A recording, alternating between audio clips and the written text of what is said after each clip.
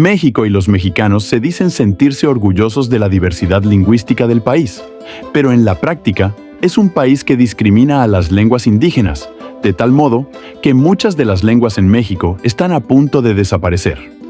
Y cuando al mexicano se le reclama esto, tan fácil es culpar a España a los españoles, como si fueran ellos los que estuvieran llevando las riendas del país. En México hablamos español, pero ¿cómo lo hablamos? ¿Por qué lo hablamos? Y, sobre todo, ¿cómo nos sentimos al hablarlo?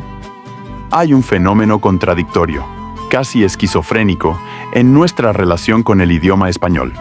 Por un lado, es nuestra lengua común.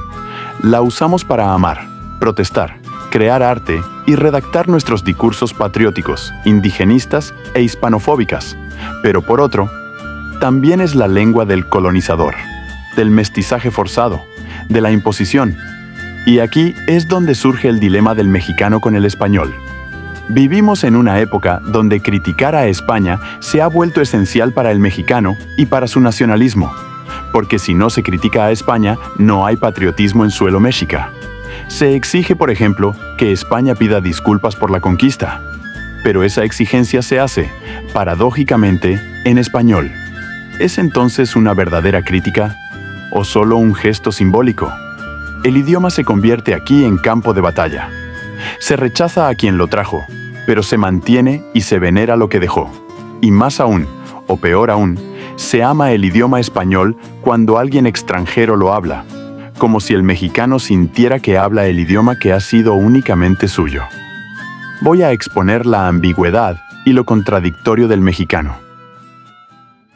Mexicanos en el extranjero, ¿cómo lo hacen para sobrevivir? Yo llevo apenas una semana fuera de México, ya me quiero regresar a la verga. Yo extraño machín México, la calidez de la gente, la música y la comida. ¿Cómo lo hacen? Ayer fue ¿Cómo aprendiste español? Amiga, ¿era fácil de aprender español? Y yo, ¿qué?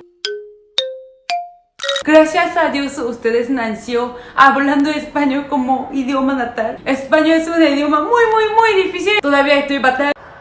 A todos mis hermosos pequeños monstruos, aquí esta noche, es un honor para mí estar aquí en su hermoso país presentándome a los para mexicanos. ustedes. ¿Cómo les encanta que un extranjero les hable en español? Esta relación ambigua se agudiza cuando analizamos cómo tratamos a quienes hablan español diferente. El mexicano promedio aplaude cuando un extranjero blanco, con fuerte acento, dice unas palabras en español. ¡Qué lindo! ¡Qué tierno! Se escucha. Pero si un indígena, nacido aquí, criado aquí, habla con un acento influenciado por su lengua materna, lo corregimos, lo juzgamos o incluso nos burlamos. Lo que ocurre no es solo racismo, es también lingüicidio. La negación y desprecio de las lenguas originarias y de quienes las hablan. Durante buena parte del siglo XX, la educación en México castellanizó a la fuerza. Se prohibía hablar náhuatl, zapoteco, mixteco en las aulas. Habla bien, les decían. Pero lo que realmente querían decir era, deja de hablar lo tuyo. El español se impuso como única lengua válida, no porque fuera mejor, sino porque las instituciones del poder, escuelas, gobiernos, medios, así lo decidieron. Y ahí está el punto central. El problema no es el español. El problema es quién lo legitima, desde dónde se le da poder y cómo se utiliza para silenciar otras voces. El español en México no es solo una herramienta de comunicación, es una herramienta de poder. Es el idioma con el que se dan órdenes, se escribe la ley, se educa y se castiga. Y por eso se valora más que otros. No por su belleza o riqueza, sino por la estructura de dominación que lo respalda. Mientras tanto, las lenguas originarias siguen desapareciendo. Y no por culpa de España, no por la conquista, sino por nosotros mismos. Por los mexicanos que preferimos corregir a un niño triqui antes que aprender una sola palabra en su lengua. Así que el dilema no es solo lingüístico, es histórico, social, profundamente cultural. Amamos y odiamos el español al mismo tiempo. Lo usamos para pedir justicia, pero también para negar al otro.